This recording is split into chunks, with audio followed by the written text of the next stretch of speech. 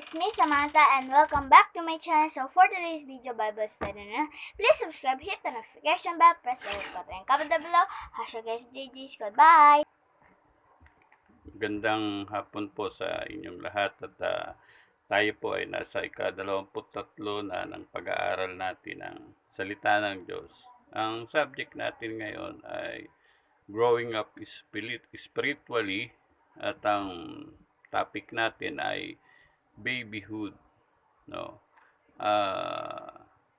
Ang teksto natin ay 1 Peter chapter 2 verse 2 na ang nakalagay ay ganito po: gaya ng mga sanggol na bagong panganak ay nasain ninyo ang gatas na walang daya na ukol sa espiritu upang sa pamamagitan nito ay magsilago kayo sa ikaliligtas. No, sabi ng ibang reliyon o yung sabi ng ibang mga ngaral ay wala raw sanggol sa church. No, yun po ay hindi totoo dahil ang physical na development ng isang tao ay pareho sa spiritual na development ng isang Christian. Kaya nga sinabi ni Pedro, gaya ng mga sanggol. Ibig sabihin, walang ipinanganak sa laman malaki agad. No? Wala namang pinanganak na yung kanyang anak malaki agad at may ngipin na o yung may bigote na. Wala pong ganon. Ganon din sa spiritually, no, na pag-uusap. Walang spiritually malago ka na.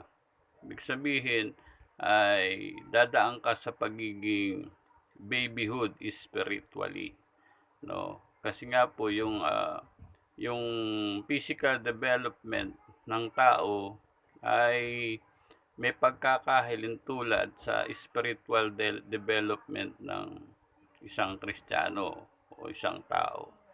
Halimbawa, yung sa physical may babyhood, may childhood, may manhood. Ganon din sa spiritual na usapan. Meron ding babyhood, merong childhood, merong manhood.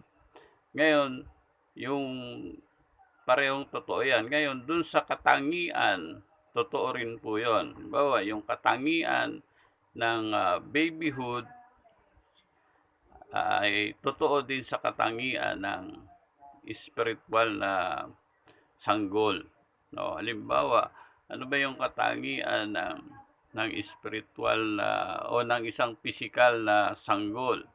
Ang isang katangian ng isang sanggol physical ay yung kanyang pagiging inosente o yung walang, sa Tagalog ay yung walang kamuwang-muwang. Yung sabi nila sa, yung nga narinig ko, yung malalim na Tagalog, sabi nila para siyang walang kamuwang-muwang. Napaka-inosenteng sanggol nito. Yan yung isang totoo sa katangian ng isang physical na sanggol at totoo rin yan sa katangian ng spiritual na sanggol. Yung pagiging inosente o yung pagiging walang kamuwang-muwang. At nasa Biblia yan.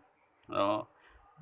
Ibig sabihin, pagka sa physical, bawa yung kanyang nanay, karga-karga niya yung kanyang sanggol at habang kinakarga-karga niya at niyuyug-yug niya dahan-dahan at tinitignan niya yung kanyang sanggol na anak, pag tinignan niya ganon, nakikita niya na yung kanyang anak ay napaka-inosente o walang kamuwang-muwang sa mundo. Ibig sabihin, yung magulang ay walang maisip na nakaraang pagkakamali o pagkakasala na nagawa ng kanyang sanggol na anak. Alam nyo, sa usapang Biblia, kapag tayo ay ipinanganak kay Kristo, ikaw ay na-born again sa Espiritu. Ang sabi ng Biblia, ang tingin na ng Diyos sa iyo ay gaya ng sanggol na walang nakaraang kasalanan. O wala na yung nakaraang pagkakamali. Ang tingin na sa iyo ng Diyos ay gaya ng inosenteng sanggol. Kaya nga ang sabi, kaya't kung ang sino man ay naki Kristo, siya'y bagong nilalang. Ang mga dating bagay ay nagsilipas na, narito sila'y pawang mga naging bago. Nakalagay yan sa 2 Corinthians 5:17.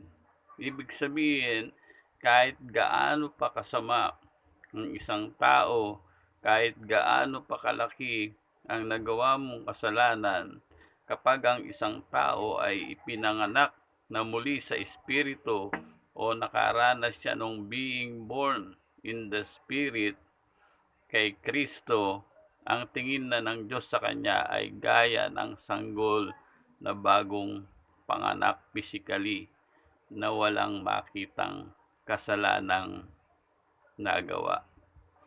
Kaya, yun po yung dapat nating malaman kapag tayo ay nakay Kristo na.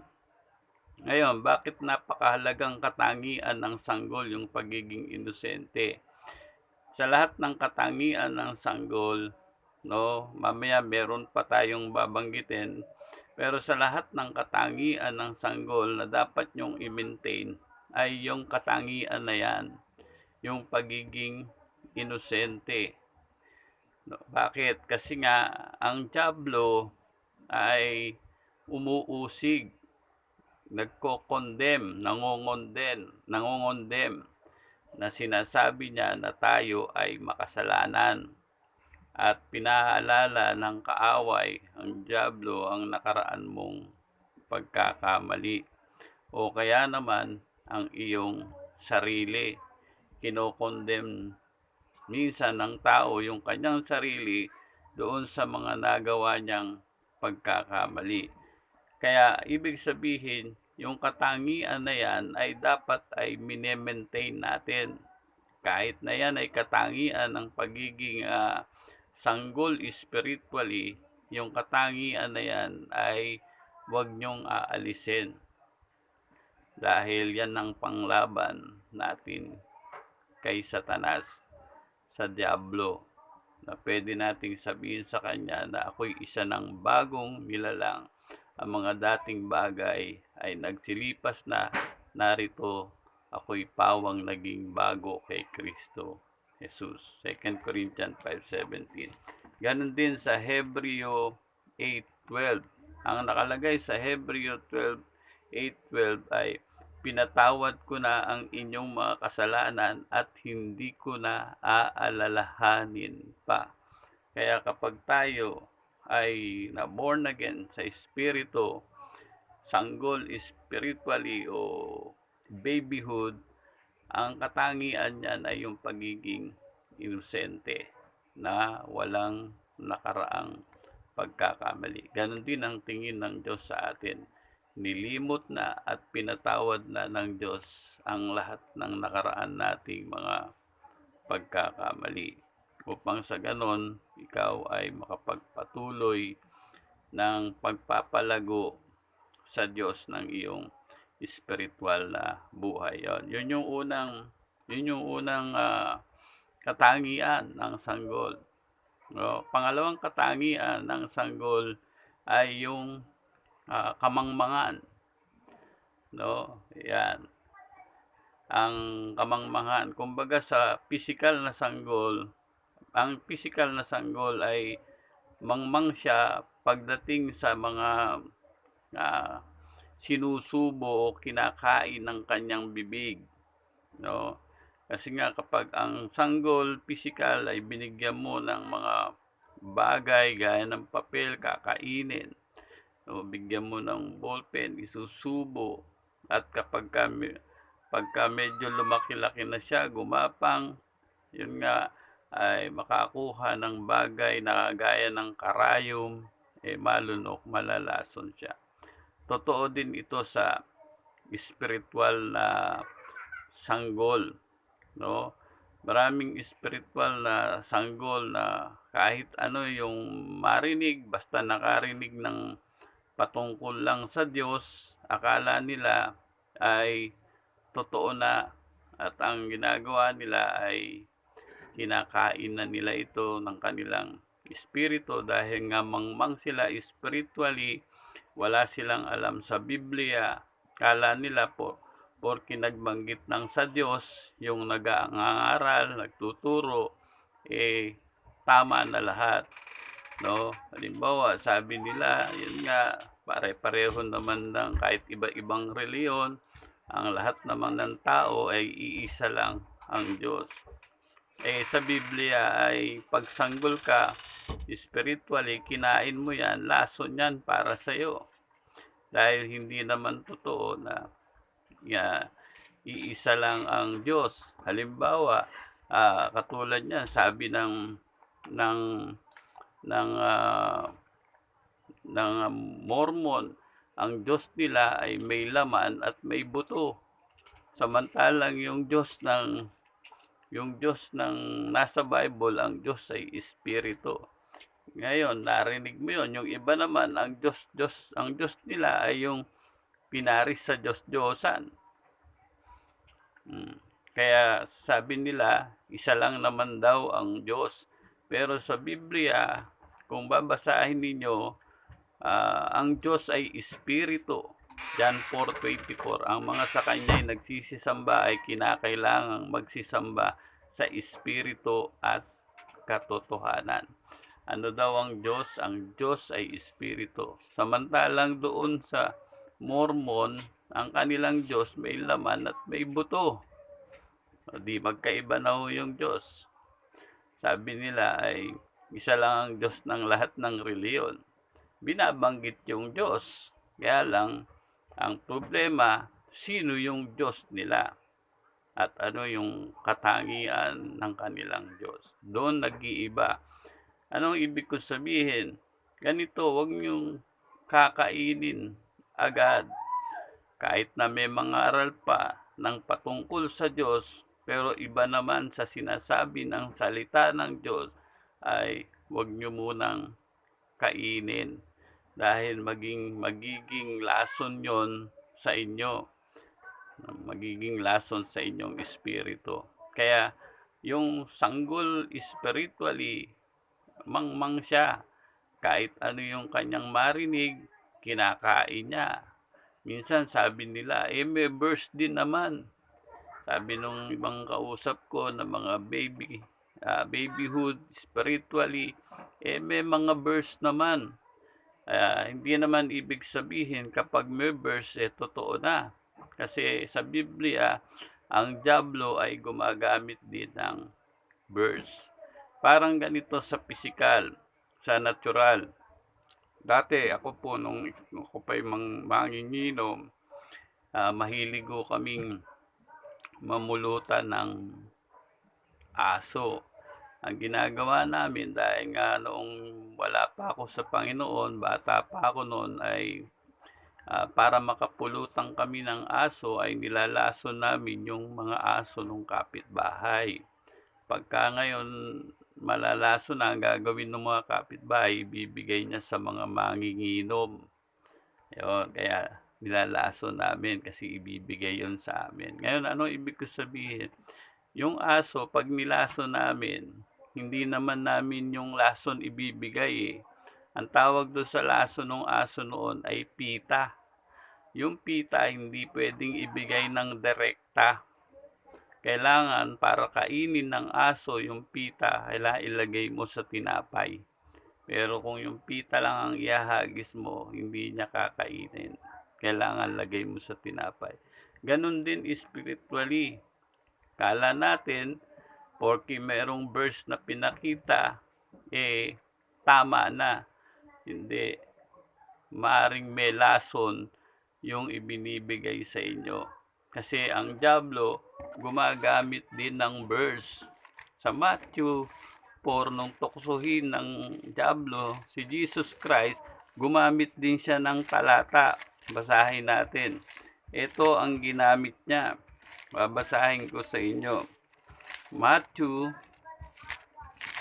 ginamit ni Satanas, gumamit din siya ng talata at pakikita ko sa inyo kung saan yung kinote ni Satanas na talata na ginamit niya kay Jesus Christ. Sa Matthew 4:4, tinukso niya ang Panginoon. Ito ang sabi ni Satanas sa kanya. Yan, Matthew 4:4. Basahin natin, Matthew chapter 4. Ito sabi niya, sinabi sa kanya ni Jesus, nasusulat, ito sa verse 6, Matthew chapter 4 verse 6, at sa kanya'y sinabi, kung ikaw ay anak ng Diyos, magpatihulog ka, sapagkat nasusulat. Yon, nakita nyo, no? Si Satanas yung nagsalita. Sabi niya kay Jesus, sabi niya, at sa kanya sinabi, kung ikaw ang anak ng Diyos, magpatihulog ka sapagkat nasusulat. Napansin niyo, gumamit din si Satanas ng talata, sapagkat nasusulat. Ano yung talatang ginamit ni Satanas? Siya'y magbibilin sa kanyang maanghel tungkol sa iyo, at aalagaan ka ng kanilang mga kamay. Baka matisod ka sa iyong paa sa isang bato. Ano yung daya niya kay Jesus Christ? Sabi niya, magpatihulog ka. Kasi nasusulat, aalalayan ka naman ng anghel. Iingatan ka ng anghel. Nakita nyo, gumamit siya ng isang talata. Kaya hindi ibig sabihin, porque may verse na pinakita ang isang nagtuturo ng salita ng Diyos, tama na yung kanyang paggamit. Ito dinaya ni Satanas. Paano niya dinaya? Sabi niya, magpatihulog ka, anak ng Diyos, kasi iingatan ka naman ng anghel. Ito kaya ang sagot sa kanya ni Jesus Christ, ito. Sinabi sa kanya ni Jesus, nasusulat din naman. Yon, ginamitan din siya ni Jesus Christ ng Biblia. Sabi niya, wag mong tutuksoin ng Panginoon mong Diyos. Yung kinuha ni Satanas ay dinaya niya yung talata. Nasa Psalms 91 yan, basahin natin. Psalms 91. Tapos iaakyat lang natin yung basa. Maiintindihan na natin, hindi patungkol yun sa magpatihulog. No? Hindi yun tungkol sa magpakamatay. Na total, iingatan ka naman ng anghel. Hindi ganun yun. Basahin natin sa Psalms 91 verse 1. Tignan natin kung tungkol saan yun. Para malaman natin na dinaya ni Satanas yung talata, ay iaangat lang natin ang basa. No? Ang kinot niya ay Psalms 91 verse 11. Tingnan niyo yun sa inyong mga Bible. Psalms 91 verse 11. Ito, sapagkat siya'y magbibilin sa kanyang maanghel tungkol sa iyo, upang ingatan ka sa lahat ng iyong mga lakad. Yan yung kinote ni Satanas. Sabi niya kay Jesus Christ, magpatihulog ka kasi iingatan ka ng anghel. Ang Diyos nagbibilin sa iyo, iingatan ka ng anghel. Anong sabi ni Jesus Christ? Hindi niya sinunod yung sinabi ni Satanas. Alam ni Jesus Christ na dinaya ni Satanas yung talata. Ano ibig sabihin nito na ingatan ka? Taas natin sa 5. Ito ang sabi, may patungkol nga sa COVID-19 ito Tignan nyo, kaya ito yung gamitin nyo pag sa COVID-19 na pangako ng Diyos. Ito yon, sabi niya. Sabi niya, ikaw ay hindi matatakot sa kakilabutan sa gabi, ni sagana man na humihilagpos kung araw, dahil sa salot na dumarating sa kadiliman, ni dahil sa paggibaman na sumisira sa katanghaliang tapat. 1,000 ay nabubuwal sa iyong siping at 10,000 sa iyong kanan, ngunit hindi lalapit sa iyo. Napansin nyo, no? Tungkol sa COVID-19. Salot, sabi niya, sa kaliwa, ang nangamamatay. Sabi niya, tapos sa siping mo, sabi niya sa kanan, 10,000 ang nangamamatay. Kaya anong sabi niya pag tinuloy natin? Iyong mamasdan lamang ng iyong mata at iyong makikita ang ganti sa masama, sapagkat ikaw, O Panginoon, ay aking kanlungan. Iyong ginawa ang kataas-taasan na iyong tahanan. Walang kasamaang mangyayari sa iyo, ni anumang salot ay lalapit sa iyong tolda. Bakit? Sapagkat siya'y magbibilin sa kanyang mga anghel tungkol sa iyo, upang ingatan ka sa lahat ng iyong mga lakad. Tungkol pala ito sa salot. Hindi sinasabi rito na magpatihulog o magpakamatay. Ang sinasabi ay tungkol sa salot. Iingatan kayo ng Diyos sa inyong mga tahanan sa pamagitan ng anghel. Magbibilin daw siya. Kaya panghawakan natin to. Pero pinakita ko lang ito kasi nga hindi ibig sabihin pag may verse, tama na. No? Ang diablo gumagamit din ng talata para ang isang sanggol spiritually ay lasunin. No? Kaya wag kayo munang maniniwala kagad kahit may talata. Kasi si Satanas gumagamit din ng talata. Yun yung pangalawa, no? Yung katangian ng sanggol ay yung kamangmangan. Una, inosente, katangian ng babyhood. Pangalawa, kamangmangan. Pangatlo, yung mainisin. Yan. Yan ang katangian ng isang babyhood. At totoo yan sa physical, kapag ang isang sanggol na bata ay madaling mainis, no? Madaling magtampo, madaling masaktan, madaling mapikon, at balat sibuyas matampuhin. Yun yung katangian ng babyhood, na totoo rin yan sa spiritual. Maraming babyhood spiritually na mga bago pa sa Panginoon, sa kanilang spiritualidad ay mainisin, matampuhin, no? Madaling magalit, at madaling magtampo, no? Kaya totoo na dumadating sa pagiging sanggol. Ako, dumating ako diyan eh. Dati nga nung wala pa ako nung nasa Panginoon na ako, siyempre sinusundo pa ako noon. Siyempre sanggol pa ako spiritually. Pag hindi ako dumadalo sa simbahan, pinupuntahan ako ng mga kapatiran, susunduin nila ako.